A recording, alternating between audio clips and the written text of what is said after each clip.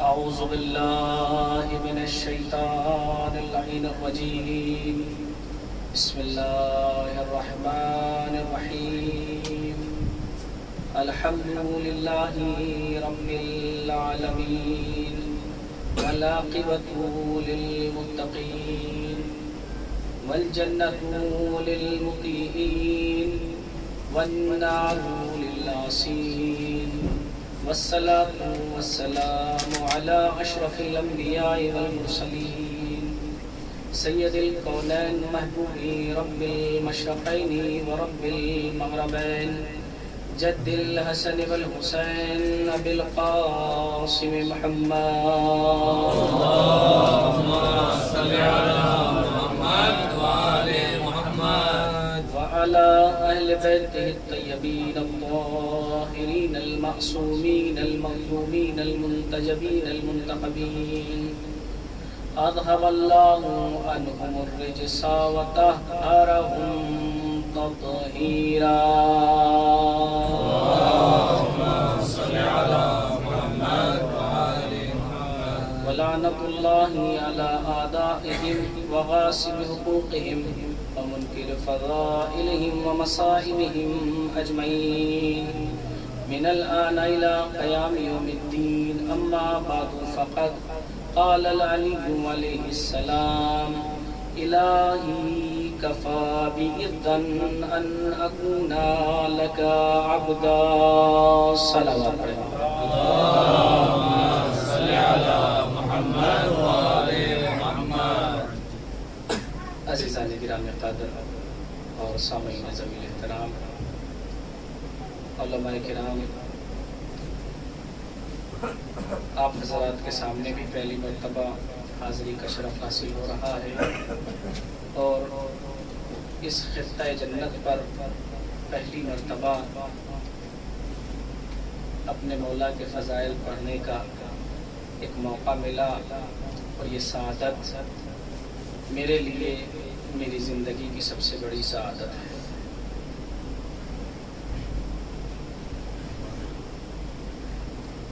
رضا مرحوم صاحب جنہوں نے مصرے کہے تھے کہ جن کا مفہوم یہ تھا کہ میں اپنے مولا کے سامنے قبر میں مولا کی مدح کروں، ہمارے لیے زندگی میں یہ موقع مل رہا ہے کہ ہم مولا کے دیار میں بیٹھ کر مولا کے فضائل پڑھیں۔ اسی لیے میں نے مولا کے اس فقرے کا انتخاب کیا کہ جس کے بارے میں یہ ملتا ہے کہ اسے سونے کے الفاظ میں لکھ کر، سونے کے قلم سے لکھ کر اپنے گھروں میں آویزاں کیا جائے اور اس کو یاد کیا جائے۔ یہ وہ فقرے ہیں کہ جن میں فصاحت و بلاغت کوٹ کوٹ کے بھری ہوئی ہے۔ مولا کی یہ فقرے ہیں۔ دیکھیے، ان فقروں تک آنے کے لیے ایک چھوٹی سی تمہید کی ضرورت ہے، وہ آپ کے سامنے پیش کر رہا ہوں کہ خالق کائنات نے اس گلشن کائنات کو سجایا، اس گلشن کائنات کو وجود سے آراستہ فرمایا تو بہت طرح کی مخلوق کو پیدا کیا۔ اللہ نے جمادات کو پیدا کیا، نباتات کو پیدا کیا، حیوانات کو پیدا کیا، انسانات کو پیدا کیا، لیکن اللہ جس مخلوق سے سب سے زیادہ محبت کرتا ہے اسے انسان کہتے ہیں۔ جس مخلوق کو اللہ دوست رکھتا ہے اسے انسان کہا جاتا ہے۔ یہی وجہ ہے کہ اللہ نے جمادات کو اشرف المخلوقات نہیں کہا، نباتات کو اشرف المخلوقات نہیں کہا، حیوانات کو اشرف المخلوقات نہیں کہا، حتیٰ کہ فرشتوں کو خلق کیا۔ اور فرشتے وہ ہیں جو مطیع و فرما بردار ہیں، جسے کہہ دیا سجدے میں رہے تو قیامت تک سجدے میں رہے گا، جسے کہہ دیا رکوع کرنا ہے وہ قیامت تک رکوع کرے گا۔ اتنے مطیع و فرما بردار ہیں، لیکن ان کو بھی اللہ نے اشرف المخلوقات نہیں کہا۔ لیکن انسان کو خلق کرنے کے بعد اپنی خلقت پر بھی غرور کیا، اپنے آپ کو بھی احسن الخالقین کہا اور انسان کو اشرف المخلوقات بنایا۔ جب یہ تاج اشرفیہ افضلیت انسان کے سر پر رکھا جا رہا تھا تو ایسا نہیں ہے کہ جبرائیل جیسا فرشتہ موجود نہیں تھا، ایسا نہیں ہے کہ میکائیل جیسا فرشتہ موجود نہیں تھا، ایسا نہیں ہے کہ اسرافیل جیسا فرشتہ موجود نہیں تھا، یہ سارے فرشتے موجود تھے، لیکن اللہ نے تاج اشرفیت آدم کے سر پر رکھا۔ جب یہ تاج اشرفیت آدم کے سر پر رکھا ہے تو اب اس کے کچھ تقاضے بھی ہوں گے۔ اب تقاضے یہ ہوں گے کہ اللہ کبھی انسان کو جب یہ مشکل میں آئے گا فرشتوں کے دروازے پر نہیں بھیجے گا، بلکہ فرشتوں کو انسانوں کے دروازے پر بھیجے گا۔ فرشتوں کو انسان کے دروازے پر بھیجے گا۔ یہی وجہ ہے، آپ پوری تاریخ انسانیت کا مطالعہ کیجئے، تاریخ آدمیت کو دیکھیے تو آپ کو کہیں نہیں ملے گا کہ اللہ نے کسی نبی سے کہا ہو، کسی ولی سے کہا ہو، کسی بھی انسان سے کہا ہو تمہیں کوئی مشکل ہے جاؤ جبرائیل کے دروازے پر چلے جاؤ مشکل حل ہو جائے گی۔ ذرا سا میرے ساتھ رہیے گا، بالکل ایسے مولوی بن کے نہیں سننا ہے، چونکہ ہم مولوی بن کے سب کی مجلسیں سنتے ہیں، بڑے اکڑ کے بیٹھ جاتے ہیں، لیکن جب خود پڑھتے ہیں سوچتے ہیں سب داد دے، ہے نا؟ تو ہمیں مولوی بن کے نہیں سننا ہے، ایک سامع بن کے سننا ہے۔ جب یہاں بیٹھیں گے تو خود کو خطیب سمجھیں گے، لیکن جب فرش میں بیٹھیں گے تو خود کو سامع میں سامعین میں شمار کریں گے۔ اب آپ کی مرضی ہے، کیا اللہ نے کسی نبی سے نہیں کہا، کسی ولی سے نہیں کہا، کسی امام سے نہیں کہا کوئی مشکل ہے جاؤ جبرائیل کے دروازے پر چلے جاؤ، لیکن اشرفیت کا تقاضا یہ تھا کہ فرشتوں کو لا کر اپنے بندوں کے دروازوں پر کھڑا کر دیا، جاؤ چکی چلانی ہے دروازے پر چلے جاؤ، چلے جاؤ، اپنے بندوں کے دروازے پر لا کے کھڑا کر دیا۔ اللہ بتانا کیا چاہتا ہے؟ اللہ بتانا یہ چاہتا ہے تم بندگی کا حق ادا کرتے چلے جاؤ، ہم کائنات کو تمہارے دروازے پر جھکاتے چلے جائیں گے۔ بندگی کا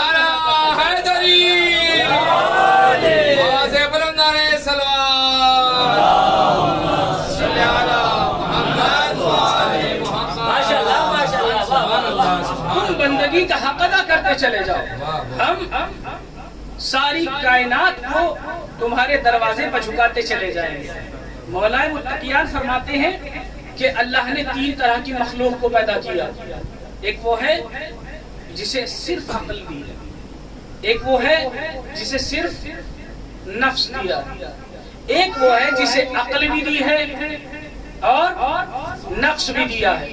جسے صرف عقل دی ہے اسے فرشتہ کہتے ہیں، جسے صرف نفس دیا ہے اسے حیوان کہتے ہیں، جسے عقل بھی دی ہے نفس بھی دیا ہے اسے حضرت انسان کہتے ہیں۔ اب انسان کے پاس عقل بھی ہے، انسان کے پاس نفس بھی ہے، اگر اس کی عقل، مولا فرمائے اگر اس کی عقل اس کے نفس پر غالب آ جائے تو یہ فرشتوں سے افضل ہو جاتا ہے، لیکن اس کے برعکس اگر اس کا نفس اس کی عقل پر غالب آ جائے تو یہ جانوروں سے بدتر ہو جاتا ہے۔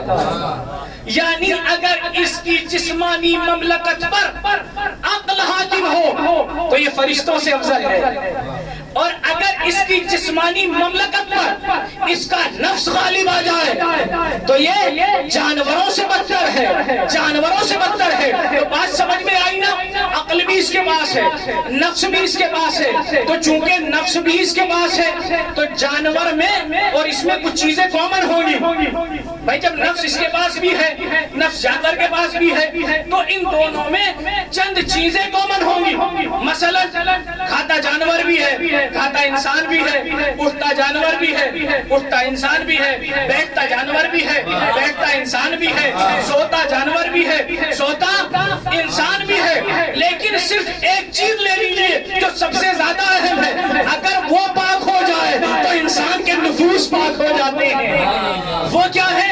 کہ کھاتا جانور بھی ہے، کھاتا انسان بھی ہے، لیکن جب جانور کھاتا ہے تو یہ نہیں دیکھتا کس کا ہے۔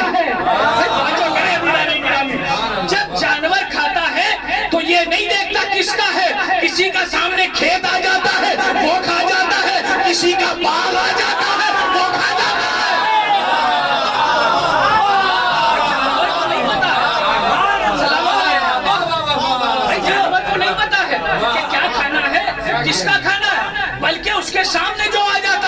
وہ کھا جاتا ہے. کسی کا سامنے کھیت آ جائے اسے نہیں پتا میرے مالک کا ہے یا نہیں ہے, وہ کھا جاتا ہے. کسی کا باغ آ جائے وہ کھا جاتا ہے. لیکن چونکہ انسان کو اشرف المخلوقات بنایا, اشرف بنایا, اعلیٰ بنایا, مکرم بنایا, بلند بنایا, ایک ایسے معیار پر لا کے کھڑا کر دیا کہ ساری مخلوقات سے ممتاز نظر آتا ہے, تو اللہ نے کہا چونکہ میں نے تجھے اشرف بنایا ہے, میں نے تجھے اعلیٰ بنایا ہے, میں نے تجھے بلند بنایا ہے, اب اگر ایک لقمہ بھی دہن تک لے کے جانا تو پہلے دیکھ لینا کسی غریب کا تو نہیں ہے, کسی یتیم کا تو نہیں ہے. اگر ایک لقمہ بھی اپنے دہن تک لے کے جانا تو پہلے دیکھ لینا کسی غریب کا تو نہیں ہے, کسی یتیم کا تو نہیں ہے. یعنی اس گفتگو کا اجمالاً اگر آپ کو جملہ سننا ہے تو وہ یہ ہے کہ اللہ نے کہا اے انسان میں نے تجھے اشرف بنایا ہے, اپنا تو چاہے جتنا کھا لے, دوسرے کا رتی برابر بھی نہیں کھانا ہے. تو انسان ہم اسے کہیں گے جو اپنا کھاتا ہو, جو دوسرے کا نہ کھاتا ہو. اما آپ خلیفۃ المسلمین کی بات کرتے ہو, ہم تو ایسے انسان کو جو غاصب ہوتا ہے انسان کہنا پسند نہیں کرتے. خلیفۃ المسلمین تو کیا کہیں گے؟ ایسے انسان کو وہ انسان ہے لیکن اس میں صفات جانوروں والے ہیں. تو جب انسان کھاتا ہے تو دیکھتا ہے کہ میرا ہے یا نہیں ہے. دوسرا فرق یہ ہے کہ جب جانور کھاتا ہے تو سر جھکا کے کھاتا ہے. کوئی جانور ہے اپنا منہ چلانے کے لیے ذرا سا کسی گھوڑے کو اٹھائے ہوئے دیکھ لیا ہو تو اس کو چھوڑیے, لیکن جب کھائے گا تو کیسے کھاتا ہے؟ سر جھکا کے کھاتا ہے. لیکن جب انسان کھاتا ہے تو سر اٹھا کے کھاتا ہے. کیوں؟ اس میں بھی فلسفہ ہے. اس میں فلسفہ یہ ہے کہ اللہ نہیں چاہتا کہ کوئی انسان ایک لقمے کے لیے اپنے سر کو جھکائے. چونکہ اگر ایک لقمے کے لیے انسان اپنا سر جھکائے گا یا اللہ کو چھوڑ کر کسی کے سامنے اپنا سر جھکائے گا. ایک صلوات پڑھیں محمد والے محمد پر.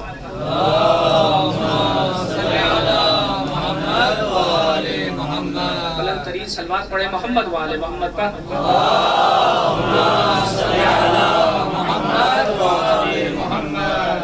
اگر انسان اللہ کو چھوڑ کر کسی کے سامنے اپنا سر جھکائے گا تو یہاں بھی ذلیل ہوگا, وہاں بھی ذلیل ہوگا. مثال دے دوں, مثلا میں نجف اشرف میں آئے ہوئے چند روز ہوئے, میں نے سوچا کہ یہاں پر میرا ایک دوست رہتا ہے, میں اس کے یہاں چلا جاتا ہوں. میں اس کے یہاں چلا گیا. جب میں اس کے یہاں پہنچا تو اس نے کہا بھائی میرا بچپن کا دوست آیا ہے, ناشتے کے لیے اس نے پوری میز بھر دی, کاجو بادام بسکٹ یہ وہ دنیا بھر کا جتنا خرید سکتا تھا لا کے رکھ دیا. اب دوسرا دن ہوا, میں نے کہا چلیے پھر ملاقات کر کے آتے ہیں, بڑا اچھا ناشتہ ملتا ہے. اب ہم پہنچے تو آج ذرا کاجو بادام کم کر لیے گئے تھے. تیسرا دن ہوا, ہم تیسرے دن پہنچے تو آج صرف نمکین بسکٹ رکھے ہوئے تھے.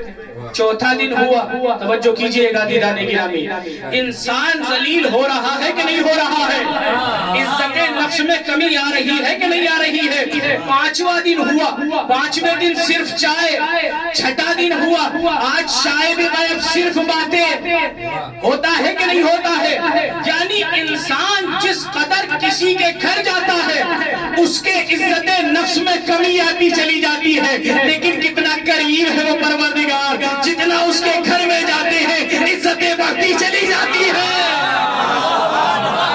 کتنا قریب ہے وہ پروردگار, جس قدر اس کے گھر میں جاتے ہیں. وہ اللہ چاہتا ہے کہ انسان میں نے تجھے سارے اختیارات دیے لیکن اپنے نفس کو ذلیل کرنے کا اختیار تجھے نہیں دیا ہے. چونکہ انسان بہت وزنی شے کا نام ہے, انسان بہت وزنی شے کا نام ہے.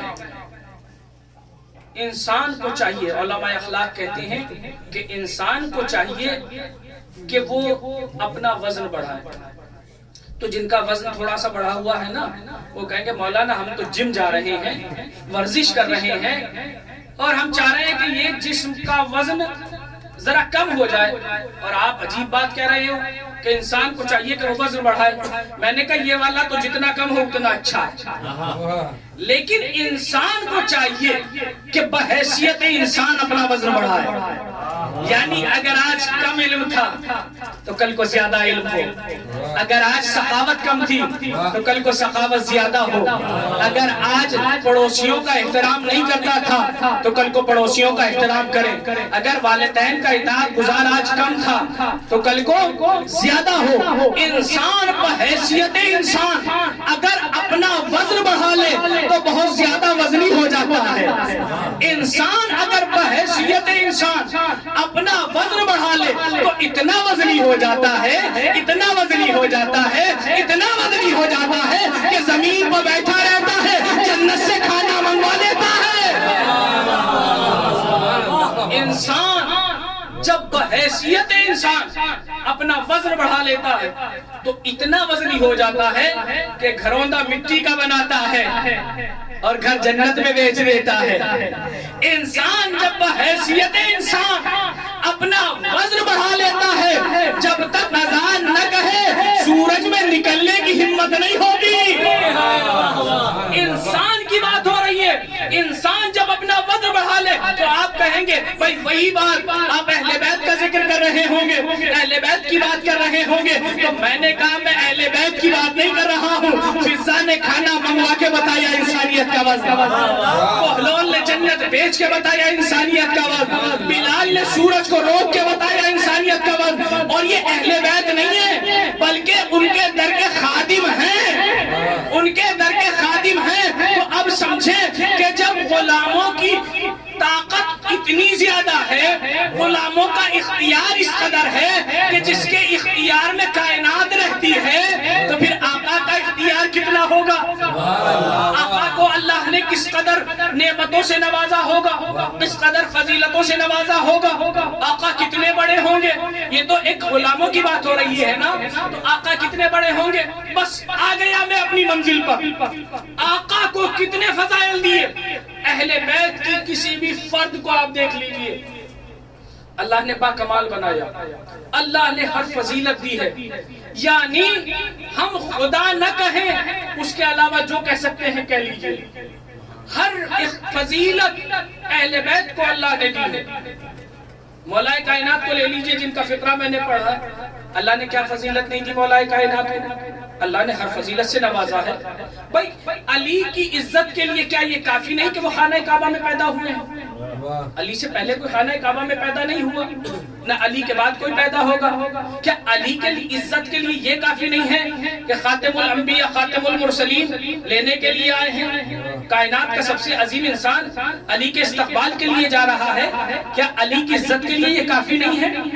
کیا علی کی عزت کے لیے یہ کافی نہیں ہے کہ سید الاوصیاء ہیں؟ کیا علی کی عزت کے لیے یہ کافی نہیں ہے کہ علی نے مرحب و انتر کو مارا؟ کیا علی کی عزت کے لیے یہ کافی نہیں ہے کہ زوج بطول علی ہیں؟ کیا علی کی عزت کے لیے یہ کافی نہیں ہے کہ حسنین جیسے اماموں کے بابا علی ہیں؟ کیا علی کی عزت کے لیے یہ کافی نہیں ہے کہ ولی اللہ علی ہیں؟ کیا علی کی عزت کے لیے یہ کافی نہیں ہے کہ عین اللہ علی ہیں؟ کیا علی کی عزت کے لیے یہ کافی نہیں ہے؟ کتنی فضیلتیں گنائی جائیں، علی کی فضیلتیں شمار میں نہیں آ سکتی. کیا یہ ساری فضیلتیں علی کی عزت کے لیے کافی نہیں تھی؟ پھر مولا نے کیوں نہیں کہا میری عزت کے لیے یہ کافی ہے کہ میں خانہ کعبہ میں پیدا ہوا؟ علی نے کیوں نہیں کہا میری عزت کے لیے یہ کافی ہے کہ پیغمبر اسلام مجھے لینے گئے؟ کسی بھی فضیلت کو اللہ علی نے مایہ افتخار نہیں قرار دیا، مایہ عزت قرار نہیں دیا. کیوں؟ چونکہ مسلمان بہانے باز بہت ہیں. اگر علی کہتے کہ میری عزت کے لیے یہ کافی ہے کہ میں خانہ کعبہ میں پیدا ہوا، تو کل کو مسلمان کہتا میں اپنی عزت کیسے بڑھاؤں، میں تو خانہ کعبہ میں پیدا ہی نہیں ہوا ہوں. اس لیے علی نے اس چیز کو مایہ عزت قرار دیا کہ جو سب کے اختیار میں تھی. میرے مولا نے فرمایا الہی کفا بی عزت ان اکونا لکا عبدا. علی کی عزت کے لیے یہ کافی ہے کہ وہ تیرا بندہ ہے، تو اس کا رب ہے. صلوات پڑھ رہے محمد و آل محمد. اللہم صلی علی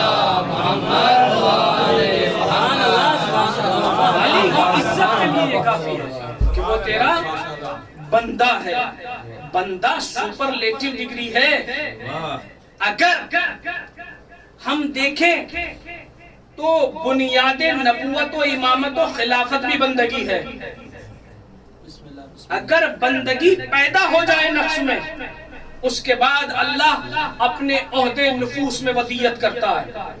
لیکن اس سے پہلے کہ چونکہ کسی بھی موضوع پر جو گفتگو کی جاتی ہے تو پہلے اس کی ڈیفینیشن بیان کی جاتی ہے، اور سب سے آسان ڈیفینیشن علماء کرام بہتر جانتے ہیں.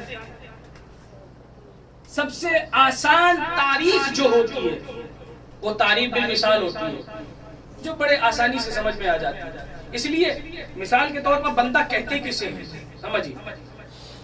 ایک شخص ایک تاجر تھا جو غلام بیچا کرتا تھا. بہرحال آج غلام بیچے نہیں جاتے ہیں، آج غلام بنائے جاتے ہیں. سبحان اللہ. وہ غلام بیچتا تھا. ایک شخص پہنچا کہا مجھے غلام کی ضرورت ہے. تو اس نے سب سے ہٹا کٹا مضبوط غلام سامنے لا کے کھڑا کر دیا. کہا یہ لے لیجئے. انہوں نے 2 سوال پوچھے اس سے.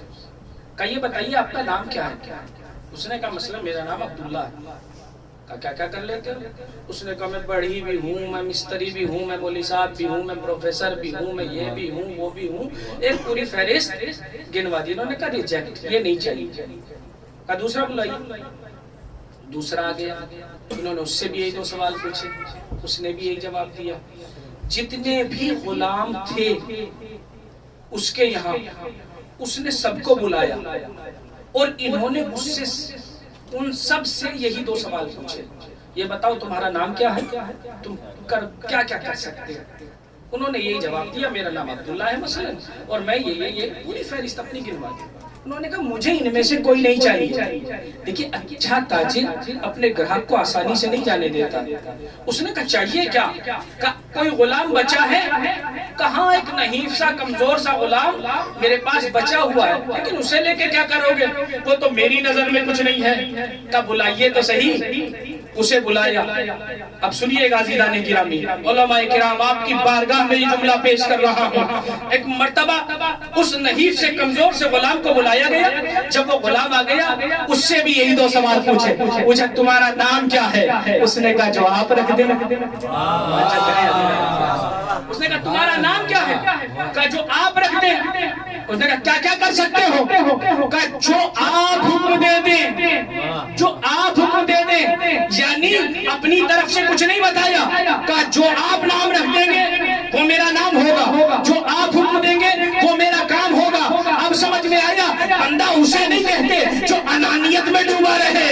بندہ اسے نہیں کہتے جو ہر وقت بکری کی طرح میں کرتا رہے. جب انانیت ختم ہوتی ہے بندگی کا آغاز ہوتا ہے.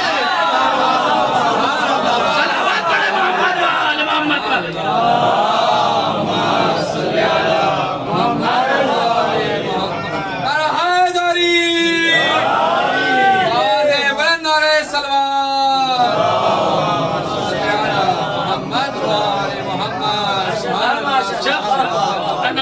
ختم ہوتی ہے تب بندگی کا آغاز ہوتا ہے. اس نے کہا اسے دے دیجئے، اس کی قیمت بتائیے. اس نے کہا یہ تو میری نظر میں کچھ نہیں تھا. آپ سائیڈ میں آئیے ذرا. سائیڈ میں لے کے گئے. اس نے کہا کہ اس میں آپ نے کیا دیکھا؟ ایسا کیا تھا اس میں؟ یہ تو میری نظر میں بھی کچھ نہیں تھا. یہاں پر میں ایک جملہ کہتا ہوں، لوگوں کو اپنی نظروں پہ نہ تولا کریں. لوگوں کو اپنی نظروں پہ نہ تولا کریں. ہو سکتا ہے جسے ہم سمجھ رہے ہوں یہ کچھ نہیں ہے، اللہ کی نظر میں کیا مرتبہ رکھتا ہو، امام کی نظر میں کیا مرتبہ رکھتا ہو. اپنی نظروں پر لوگوں کا نہ تولا کریں. کہا یہ دے دیجئے. کہا اس میں تو میری نظر میں بھی کچھ نہیں تھا، آپ اسے خرید رہے ہو. کہ میں اسے اس لیے خرید رہا ہوں چونکہ میں یہاں پہ پروفیسر خریدنے نہیں آیا تھا، میں مولوی صاحب خریدنے نہیں آیا تھا، میں غلام خریدنے آیا تھا. اور غلام وہ ہوتا ہے جس کی اپنی کوئی مرضی نہیں ہوتی، جو مرضی ہوتی ہے اس کے مالک کی مرضی ہوتی ہے. کسی نے برا بھلا کہا ہے تو اب یہ نہیں دیکھنا ہے میرا نفس کیا چاہتا ہے، بلکہ یہ دیکھنا ہے میرا اللہ کیا چاہتا ہے، میرا امام کیا چاہتا ہے. جب یہ تصور ذہن میں آ جاتا ہے تو انسان عبدیت کی منزلوں پر فائز ہونے لگتا ہے، عبودیت کی منزلوں پر فائز ہونے لگتا ہے. اور اصطلاحیں آپ سے مجھ سے بہتر تو آپ جانتے ہیں. دیکھیے عبودیت اور شے کا نام ہے، نماز اور شے کا نام ہے. مثلا کوئی نماز پڑھتا ہے، آپ اسے کہنے لگے اس کے نفس پر عبودیت طاری ہو گئی. نہیں، مجھے نہیں پتا ہے کہ آپ کے نفس میں کتنی عبودیت ہے، آپ کو نہیں پتا ہے میرے نفس میں کتنی عبودیت ہے. نہیں، ہمیں نہیں پتا ہے. نماز پڑھنا اور ہوتا ہے، عبودیت اور ہوتی ہے.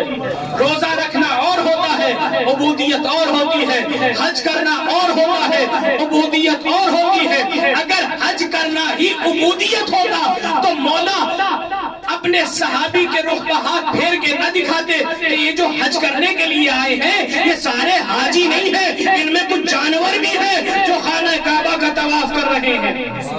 عبودیت اور شے کا نام ہے. عبودیت کب طاری ہوتی ہے؟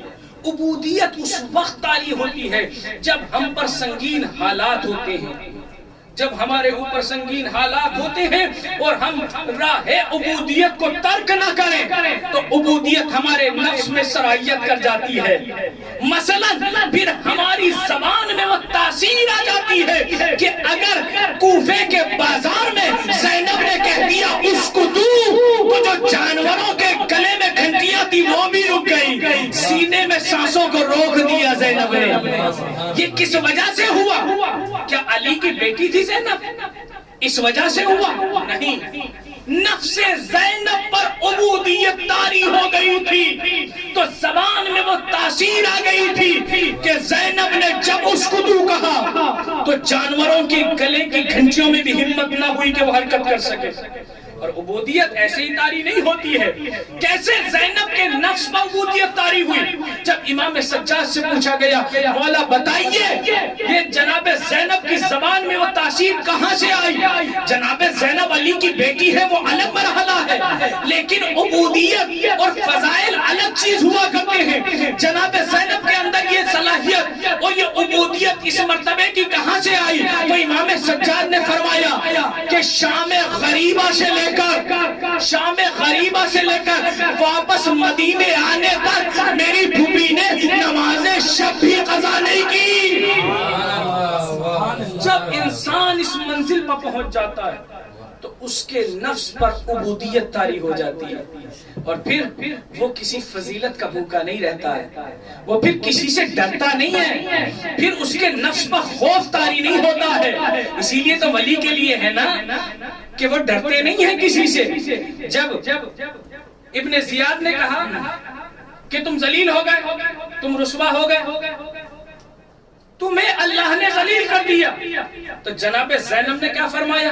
وَمَا رَأَيْتُ إِلَّا جَمِيلًا، میں نے اللہ سے خوبصورتی کے علاوہ کچھ نہیں دیکھا. ہمیں ذرا سا بخار ہو جاتا ہے کیا کہتے ہیں پوری کائنات میں ہی رہ گیا تھا جسے بخار ہونا تھا.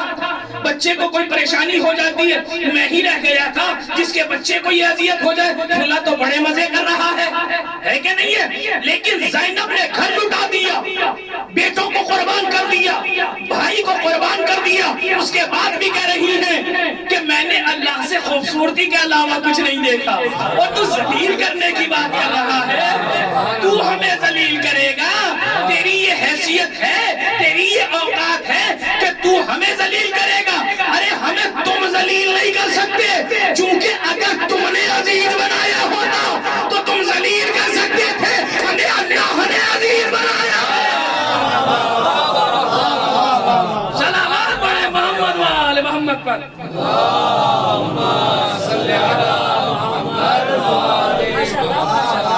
ہمیں تم نے ذلیل، تمہیں اپنے عزیز نہیں بنایا، ہمیں اللہ نے عزیز بنایا ہے. تو کیا سمجھ رہا ہے تخت و تاج پہ بیٹھ کے تو ہمیں ذلیل کرے گا؟ تیری یہ اوقات ہے؟ ارے تیری حکومت لوگوں کے سروں پر ہے، ہماری حکومت اللہ نے لوگوں کے دلوں پر قرار دی ہے. ہمیں تو ذلیل نہیں کر سکتا. جب عبودیت طاری ہو جاتی ہے پھر جناب زینب ڈرتی نا کہ ایک حاکم کے سامنے ایسے بول رہی ہیں، لیکن نہیں، جب بولی ہے تو اسلام کے لیے بولی ہے. اللہ کے لیے بولی ہے، میرا مالک کیا چاہتا ہے یہ سمجھ کے بولی ہے۔ اور جب یہ عبودیت طاری ہوتی چلی جاتی ہے تو انسان اپنے آپ کو اتنا قوی بنا لیتا ہے، اس کا کنٹرول اپنے اوپر اتنا زیادہ ہو جاتا ہے کہ پھر اس پر ذاتی تاثرات نہیں ہوتے ہیں۔ مثلا ایک بات پیش کر کے گفتگو کو تمام کروں۔ مثلا جب جنگ خندق ہوئی، جنگ خندق میں ہوا کیا؟ جنگ خندق میں ابو سفیان نے بہت سارے لوگوں کو جمع کیا، یہودی اور عیسائیوں سے بھی مدد لی اور بہت سارے حزب اکٹھے کیے، اسی لیے اس کو جنگ احزاب بھی کہا جاتا ہے۔ یہ سب لوگ آ گئے، جناب سلمان کے مشورے کے ساتھ خندق کھودی گئی۔ میں بتانا چاہ رہا ہوں کہ بندگی جب نفس پر طاری ہو جاتی ہے تو انسان کس منزل پہ پہنچ جاتا ہے۔ جنگ خندق کا پورا منظر آپ کے ذہن میں، صرف مجھے ایک اشارہ دینا۔ کھودی گئی، اب کس کے مشورے سے کھودی؟ جناب سلمان کے مشورے سے کھودی۔ کون مشورہ لے رہا ہے؟ عقل کل مشورہ لے رہا ہے۔ کس سے مشورہ لے رہا ہے؟ اپنے صحابی سے مشورہ لے رہا ہے۔ ابھی کسی بڑے عالم دین کو میں کہتا ہوں قبلہ آپ ایسا نہ کریں، ایسا کر لیجئے، وہ کیا کہے گا؟ تمہیں آئے ہوئے 8 دن نہیں ہوئے ہیں، تم ہمیں مشورے دو گے؟ میں ایسے نہیں کہہ رہا ہوں کہ ویسے ہی اپنے پاس سے کہہ رہا ہوں، یہ دیکھا اگر کسی سے کہا جائے کہ آپ ایسے کر لیجئے تو کیا کہے گا؟ تمہیں جمعہ آئے ہوئے 8 دن ہوئے ہیں، تم ہمیں مشورے دو گے، تم ہمیں بتاؤ گے کہ کیا کرنا ہے کہ نہیں ہے؟ لیکن عقل کل نے مشورہ لے کے بتایا۔ اگر مشورہ برا ہوتا تو پیغمبر مشورہ نہ لیتے۔ مشورہ تو ایسا قلعہ ہے کہ جس کے اندر اگر انسان چلا جائے وہ ہر طریقے کی بلا سے محفوظ ہو جاتا ہے، ہر ذلت سے محفوظ ہو جاتا ہے۔ تو جناب سلمان کے مشورے سے خندق کھودی گئی۔ جب خندق کھودی گئی تو صرف عمرو بن عبد ود نہیں بلکہ اور 6-7 پہلوان اور جو اس وقت کے نامی گرامی تھے وہ بھی پار کر کے آ گئے۔ تو خندق کیوں کھودی گئی تھی؟ تاکہ ان سے بچا جائے، ہے نا، اس لیے کھودی گئی تھی نا۔ لیکن بڑے بڑے پہلوان تو پار کر کے آ گئے ہیں تو مقصد تو فوت ہو گیا نا۔ تو ایک بہت بڑے خطیب بنگال اطہر صاحب فرماتے تھے اس موقع پر، یہ جو خندق کھودی گئی ہے یہ اگر دشمنوں کے لیے کھودی جاتی، دشمنوں کے لیے اگر یہ کھودی جاتی تو دشمن تو آ گیا ہے، سب سے بڑا دشمن آ گیا، مقصد فوت ہو گیا۔ پھر یہ کھودی کیوں گئی؟ کہ میری سمجھ میں تو یہ آتا ہے یہ خندق دشمنوں کے لیے نہیں تھی، دوستوں کے لیے تھی۔ جنگ احد میں دیکھ چکے تھے کہ جب موقع پڑتا ہے یہ ساتھ چھوڑ کے بھاگ جاتے ہیں، خندق کھدوا دیتے ہیں، اب جائیں گے تو کہاں جائیں گے؟ صلوات پڑھے محمد و آل محمد پر۔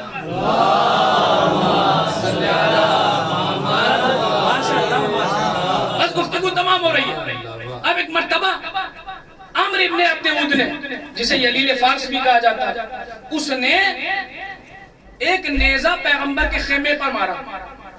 جیسے ہی مارا اور کہا کہ حل من مبارد، بھیجیے کسی کو میرے مقابلے پر، کیا کوئی نہیں ہے؟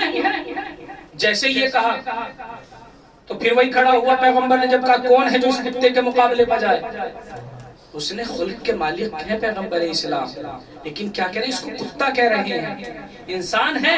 وہ پیغمبر اسلام دشمنوں کا بھی احترام کرتے ہیں، لیکن کیا کہہ رہے ہیں؟ کون ہے جو اس کتے کے مقابلے پر جائے؟ پیغمبر نے ایک معیار دے دیا، پیغمبر نے ایک معیار دے دیا، اگر میرے دروازے پر آ کر کوئی بے حرمتی کرے تو وہ شکل میں چاہے انسان کی ہو مگر کتا ہوتا ہے۔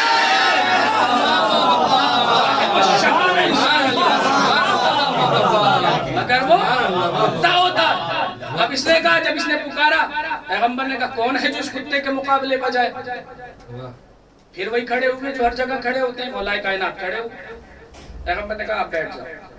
کہا کوئی ہے جو اس کتے کے مقابلے پر جائے؟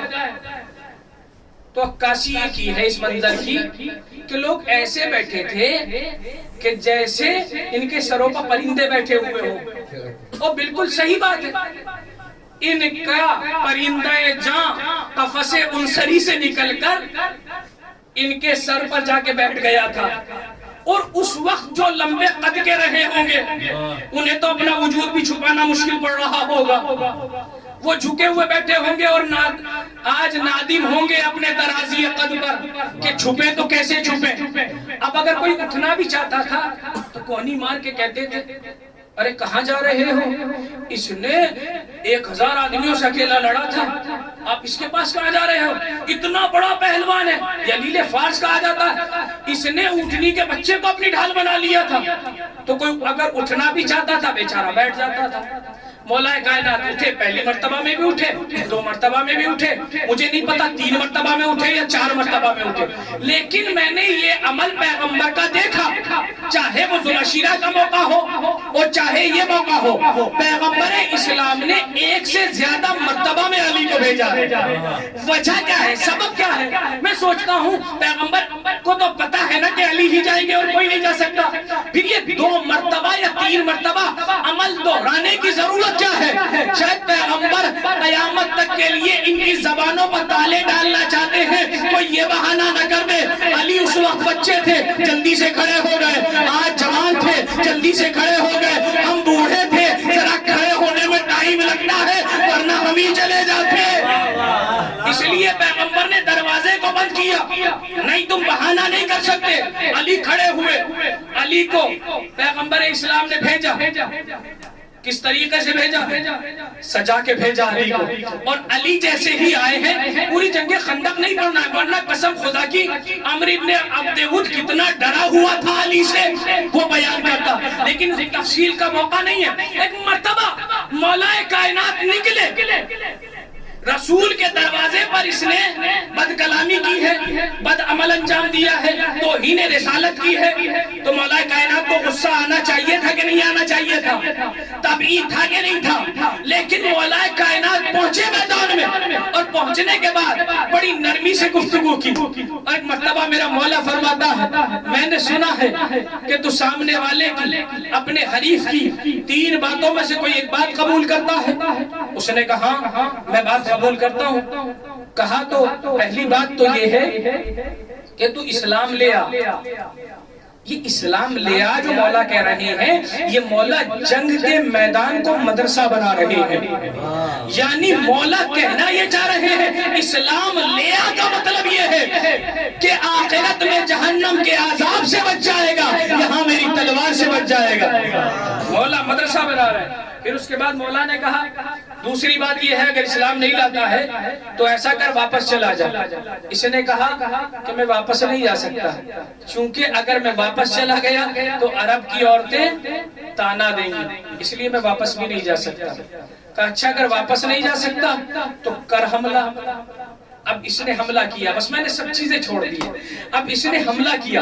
جیسے اس نے حملہ کیا علی دفاع کرتے جاتے ہیں، یہ حملہ کرتا جاتا ہے، علی دفاع کرتے جاتے ہیں، یہ حملہ کرتا جاتا ہے، علی دفاع کرتے جاتے ہیں۔ ہم غور نہیں کر رہے ہیں، علی اس کے حملے کو کاٹ کے ایک ضرب میں اس کا کام تمام کر سکتے تھے کہ نہیں کر سکتے تھے، لیکن علی موقع دے رہے ہیں جتنے فنون جنگ تیرے پٹارے میں ہیں وہ سارے نکال لے، ابو طالب کا بیٹا سخاوت کر رہا ہے،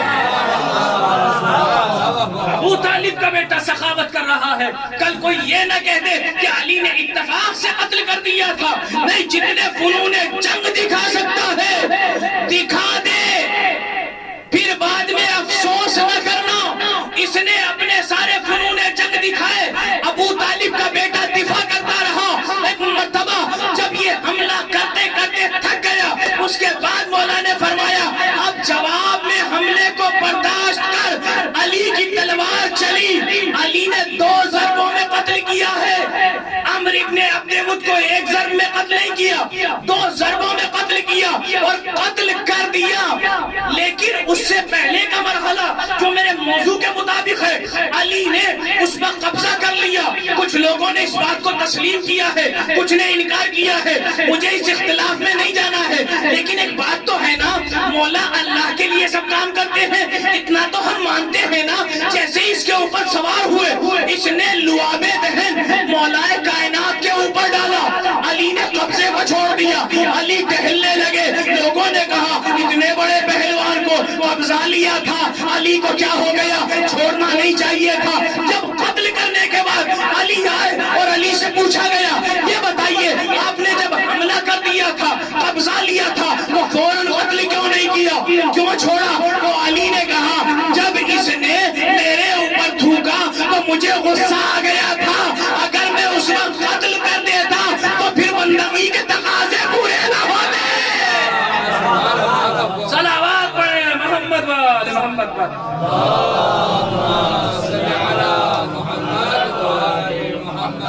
اس لیے میں نے اس کو اس وقت چھوڑ دیا تھا، یعنی اللہ کے لیے کام کرنے کو اپنے لیے مایہ افتخار سمجھتے ہیں، اپنے نفس کو کبھی بیچ میں نہیں لاتے، جبکہ علی کا نفس تو خود نفس اللہ ہے، لیکن دنیا کو بتا دیا، دنیا کو پیغام دے دیا کوئی بھی کام کیا جائے تو صرف اللہ کے لیے کیا جائے، اپنی ذات کے لیے نہ کیا جائے، مجلس کی جائے تو صرف اللہ کے لیے، نوحہ پڑھا جائے تو صرف اللہ کے لیے، ماتم کیا جائے تو صرف اللہ کے لیے، کچھ بھی کام کریں تو صرف اللہ کے لیے۔ اگر ہمارا ہر کام اللہ کے لیے ہوگا تو پھر ہم امام کی نظر میں بھی معتبر ہوں گے، اللہ کی نظر میں بھی معتبر۔ عزیزان گرامی، عبودیت جب نفس میں اترتی ہے تو انسان پھر یہ نہیں دیکھتا ہے کہ میرا اکبر اہم ہے، نہیں، اگر ہم شکل پیغمبر ہے تو اللہ کے لیے وہ بھی قربان، پھر یہ نہیں دیکھتا ہے کہ میرا اصغر تو ابھی 6 مہینے کا ہے، نہیں، اللہ کی راہ میں اسے بھی قربان کر دیتا ہے۔ صبح بڑی تفصیل سے جناب حبیب ابن مظاہر کے مسائل سن چکے ہیں، لیکن چونکہ میرے ایک دوست نے کہا کہ نہیں آپ جناب حبیب ابن مظاہر کے مسائل پڑھیں۔ عزیزان گرامی، جناب حبیب ابن مظاہر خط کے محتاج نہیں ہیں کہ انہیں خط بھیجا جائے تب جناب حبیب ابن مظاہر آئے۔ ارے جناب حبیب تو وہ ہیں، واحد وہ شخصیت ہے کہ جنہوں نے امام حسین پر اپنے آپ کو 2 مرتبہ قربان کیا ہے، 2 مرتبہ قربان کیا، ایک مرتبہ بچپن میں اپنے امام پہ اپنے آپ کو قربان کر دیا، ایک مرتبہ ضعیفی میں اپنے آپ کو امام کے اوپر قربان کر دیا۔ امام حسین سے جناب حبیب بڑی محبت کرتے تھے۔ ایک دن اپنے بابا سے کہنے لگے بابا آپ نے رسول کی دعوت کی ہے، میں چاہتا ہوں میری طرف سے امام حسین کی دعوت بھی کریں۔ پیغمبر اسلام کی اور امام حسین کی دعوت ہو گئی۔ جناب حبیب بار بار چھت پہ جاتے ہیں اور دیکھتے ہیں کہ میرا آقا آ رہا ہے کہ نہیں آ رہا ہے، بے چین ہیں، مشتاق ہیں کہ جلدی سے میرا آقا آ جائے۔ اب ایک مرتبہ جیسے ہی چھت پہ پہنچے دیکھا امام آ رہے ہیں، رسول آ رہے ہیں، آتے ہوئے دیکھا جلد بازی میں نیچے آ رہے تھے کہ چھت سے گر گئے، اس دنیا سے رخصت ہو گئے۔ جناب حبیب باپ کا جذبہ بھی دیکھیں، اپنے بیٹے کو ایک حجرے میں رکھا تاکہ پیغمبر اسلام کھانا کھا سکے، شہزادہ کھانا کھا سکے۔ اب دسترخوان پر کھانا لگا دیا گیا، امام حسین بیٹھ گئے۔ جناب مظاہر نے کہا یا رسول اللہ شروع کیجئے، بسم اللہ کیجئے۔ امام حسین نے کہا نہیں، میرے دوست حبیب کو بلایا جائے، جب تک حبیب نہیں آئیں گے میں کھانا نہیں کھاؤں گا۔ جناب مظاہر نے کہا کہ آ جائیں گے آپ کھانا کھا لیجئے۔ کہا نہیں، جب تک حبیب نہیں آئیں گے حسین کھانا نہیں کھائے گا۔ تو حقیقت بتانا پڑی کہ حبیب اب اس دنیا میں نہیں رہے۔ امام حسین نے سنا، امام حسین حبیب کے قریب پہنچے، حبیب زندہ ہوئے، امام کو سلام کیا، اب یہ جذبہ جس کے ذہن میں بچپن سے ہو اور جسے پتا ہو میری زندگی پر اختیار حسین کا ہے، کیا وہ انتظار کرے گا؟ اس کی وجہ کیا ہے؟ خط کا انتظار کیوں کیا؟ خط کا انتظار اس لیے کر رہے تھے چونکہ ایک امام نے کوفے میں چھوڑا تھا، دوسرا امام جب تک نہیں بلائے گا حبیب کیسے آ جاتے؟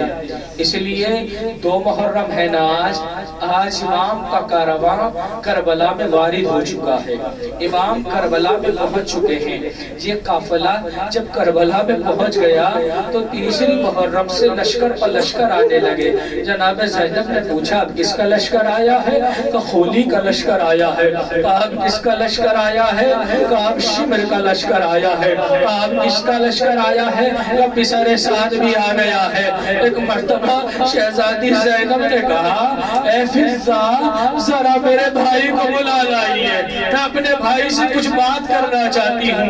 امام حسین تشریف لائے۔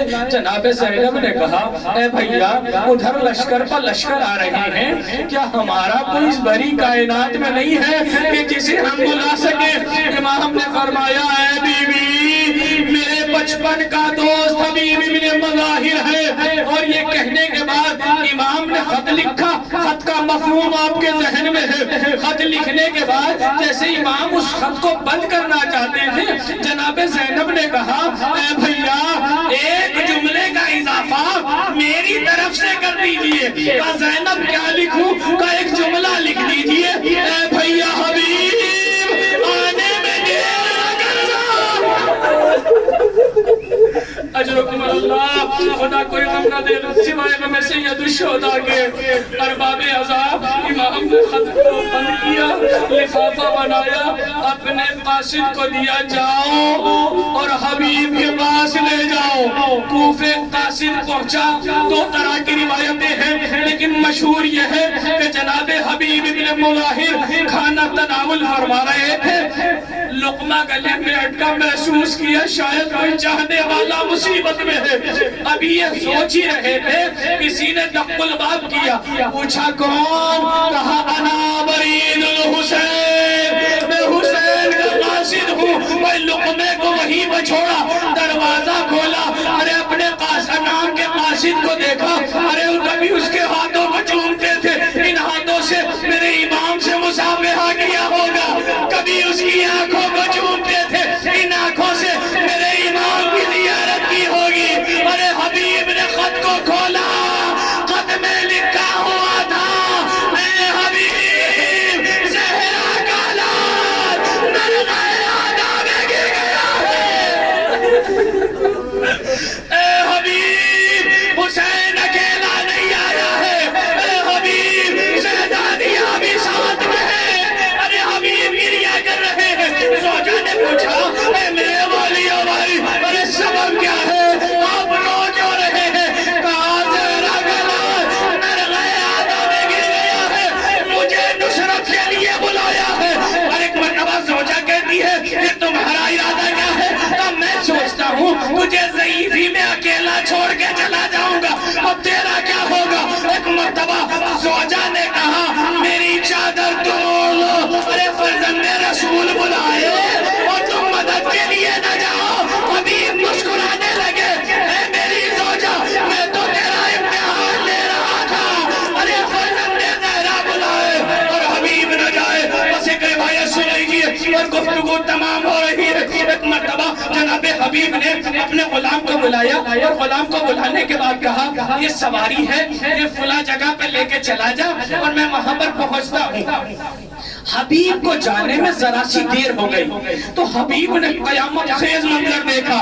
حبیب نے منظر کیا دیکھا کہ غلام گھوڑے کی باہوں میں باہیں ڈالے ہوئے ہیں، گھوڑے کی گلے میں باہیں ڈالے ہوئے ہیں، وہ گھوڑے سے کہہ رہا ہے اے میرے آقا کی سواری تو گھبرانا نہیں، اگر میرا آقا نہ آیا تو میں فرزند زہرا کی نصرت کے لیے جاؤں گا۔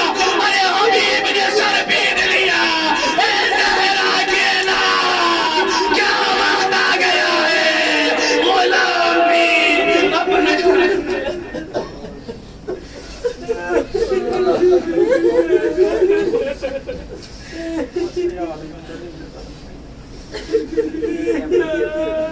پروردگار ہماری سوء بصر سی مدد کو قبول فرما.